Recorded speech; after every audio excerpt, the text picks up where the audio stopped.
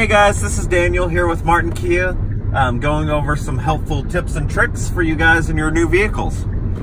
Today we are driving a 2020 Kia Telluride EX trim, and we're going to go over the cruise control function and how to use it. These vehicles are very similar and simple. The cruise control is going to be controlled right here, and you can go ahead and press this button and it will activate your cruise control up there. You can see where it says cruise.